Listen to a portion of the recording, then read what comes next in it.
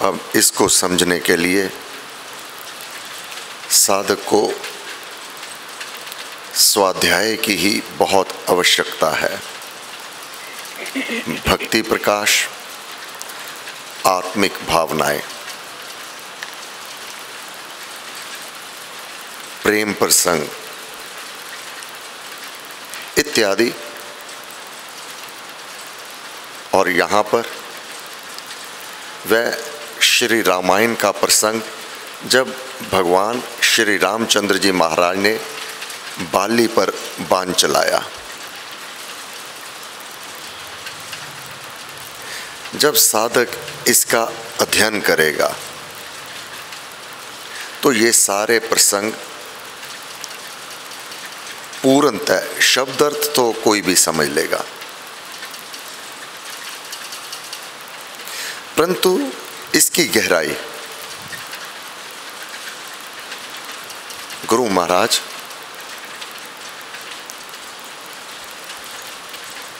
साधक को उस इष्ट में मिलाप चाहते हैं।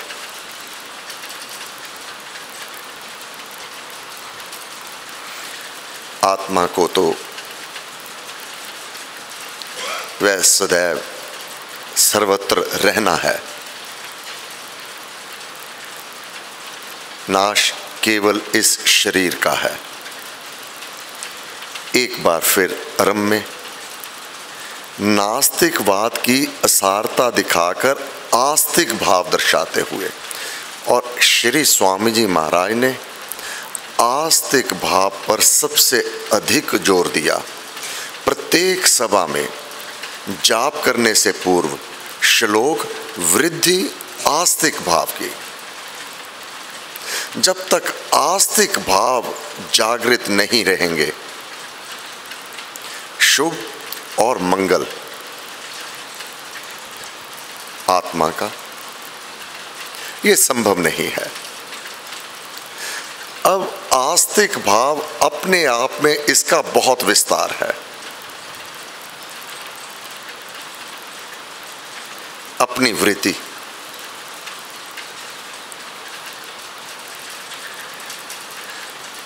ये जन्म जन्मांतरों से होता आया है कि इस शरीर से ही प्रीति, शरीर को संवारना, मैं गोरा, मैं सुंदर, परंतु जो भीतर आत्मा है, अंतर आत्मा है, अपना मन बुद्धि, अपना चित्त, सुंदर, उनको बनाना है।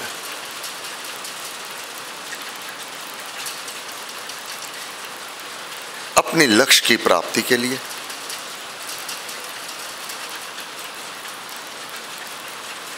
निस्संदेह इस जन्म से पहले हम कहाँ थे? भगवान कृष्ण ने कहा, हे अर्जुन, मैं उसको जानता हूं, तू नहीं जानता। मैं प्रबुद्ध बुद्धि हूं, मैं भविष्य को भी जानता हूं, तू नहीं जानता, अपनी अज्ञानता के कारण।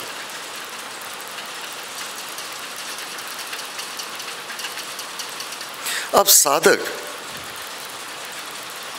जन्मने और मरने के बीच जो थोड़े काल का संयोग है, संबंध है, अवश्य टूट जाने वाला है। अगर ये समझ आ जाए,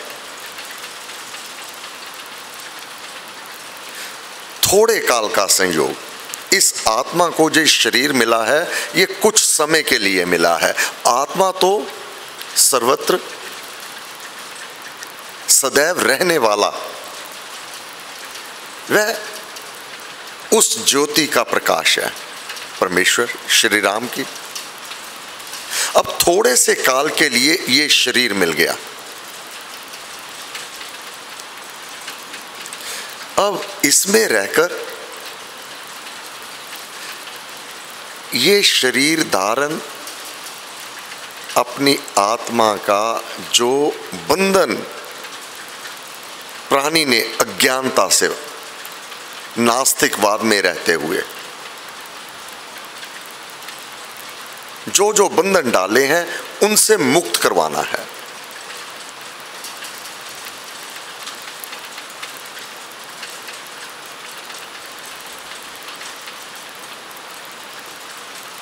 आत्मा का उद्धार मानव देह में रहकर ही किया जा सकता है।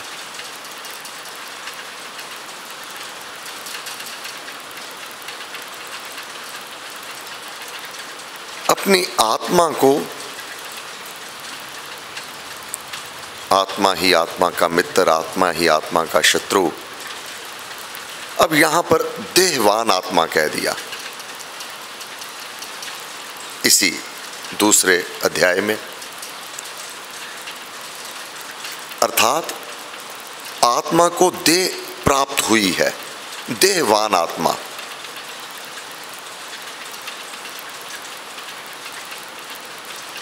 इसका उद्धार हे साधक तेरे अपने हाथ में है।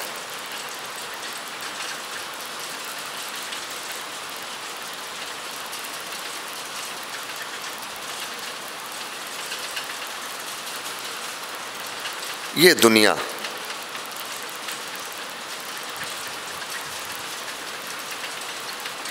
ना तो आज तक कोई इसको प्राप्त कर पाया है, ना कर पाएगा। ना इसको प्रसन्न किया जाता है, ना कोई प्रसन्न कर पाएगा। दुनियादारी में मानव दिन रात लगा रहता है।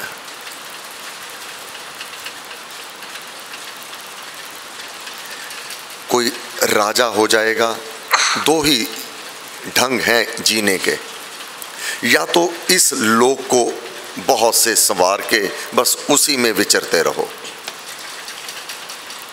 इस लोक का संवारना, जो मेरे भाई, मेरे बंधु, मेरे मित्र, मेरे सखा, बस उनको प्रसन्न करने में लगे रहना और उनमें वाह वाह, फूलों का हार, उनके द्वारा सम्मान,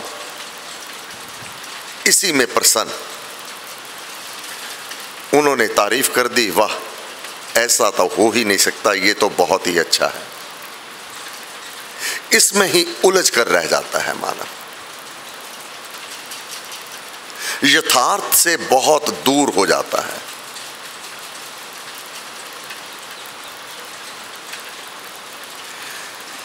अब ये संपत्ति मानता है साधक, मानव, मेरे दोस्त मित्र, मेरी महल माड़ियां, जबकि ये थोड़ा सा तो काल है। जीवन और मृत्यु के बीच का जो ये हमारा जीवन चल रहा है, इस जन्म से पहले कहाँ थे नहीं पता, इसके बाद कहाँ जाना है नहीं पता, किसको पता है? जो आत्मा की साधना करता है। संत पूज नरकेवल बेदी जी महाराज के शब्द रहते हैं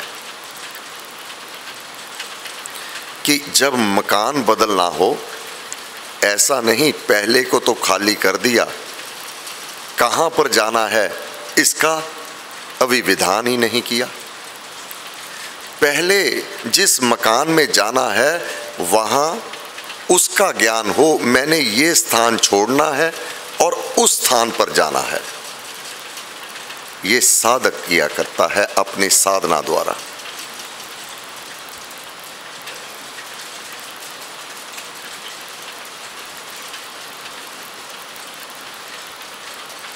जब पता है अब आत्मा का कल्याण कैसे होगा,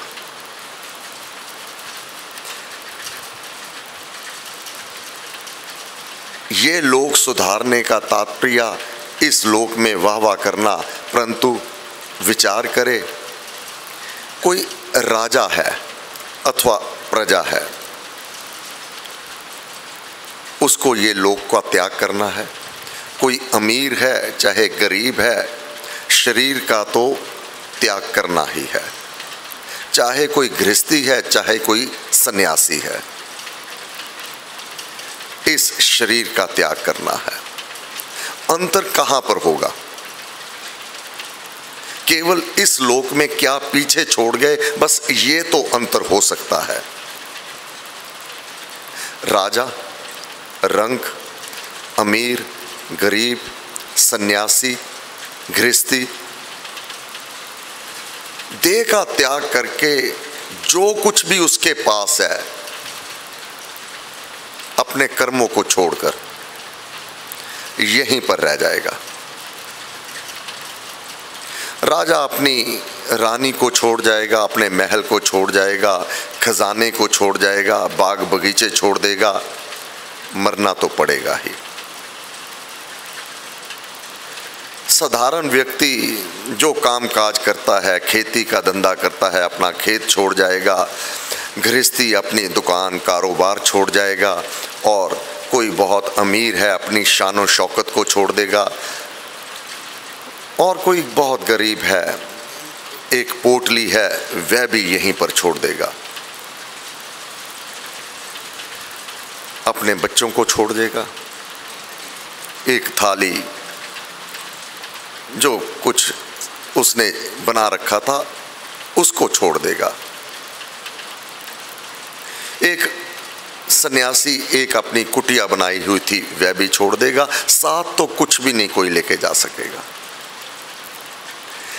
जन्मने मरने के बीच जो थोड़े काल का संयोग है, संबंध है, अवश्य टूट जाने वाला है।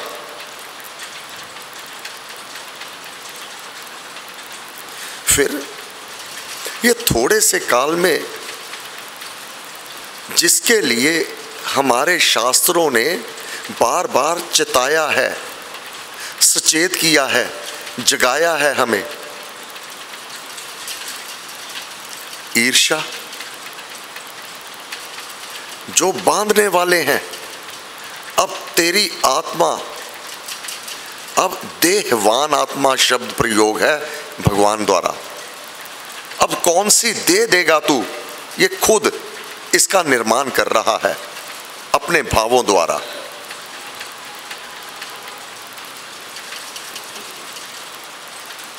जानवर वह भी तो देह है, उसके अंदर आत्मा को भेज देना इत्यादि। ये जो छोटा सा संबंध है, इसमें किसी के साथ वैर, विरोध, ईर्ष्या, द्वेष, कला, क्लेश ये बांधने वाले, सेवा, सबके प्रति मित्र भाव, ना भीतर द्वेष ना राग, ये दोनों कठिनता से इस पर जीता जाता है, परंतु इनको जीत लिया जाता है।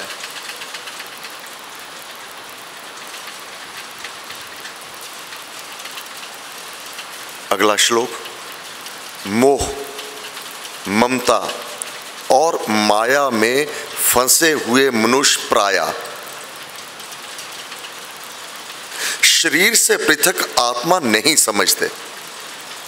देहवान की ही कथा चलती है।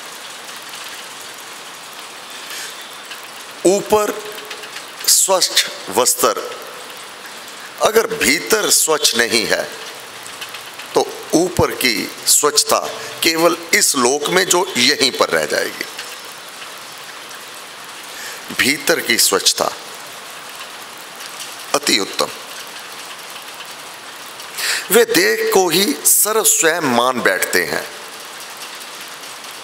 उनमें सदा देहवाद की कथा चलती रहती है। ऐसा विवेकी, विवेक क्या उचित क्या अनुचित, इसका निर्णय करने वाला, जिसको समझ आ जाए, ऐसा विवेकी कोई ही होता है जो इस आत्मा को आश्चर्य रूप जानता है।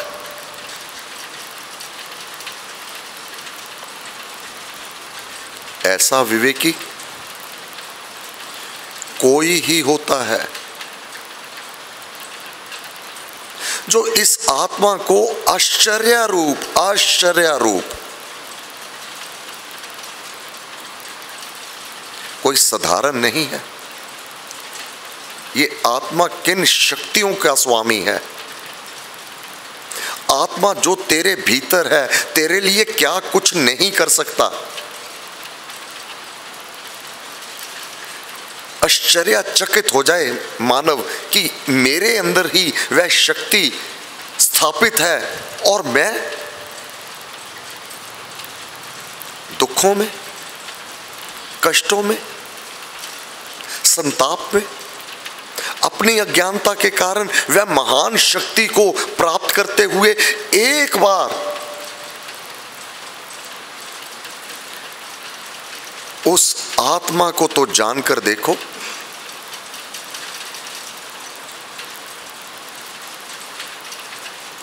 जो इस आत्मा को आश्चर्य रूप जानता है, ऐसा विवेकी कोई एक विरला ही होता है। ऐसे ही दूसरा भी कोई ही इस आत्मा को आश्चर्य रूप वर्णन करता है।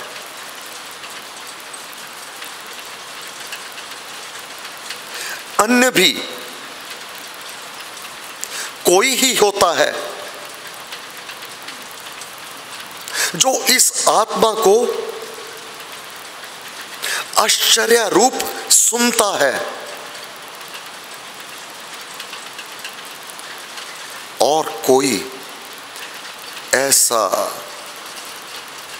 मंद भाग्य भी होता है, कोई ऐसा मंद भाग्य भी होता है जो इसको सुनकर भी नहीं जानता।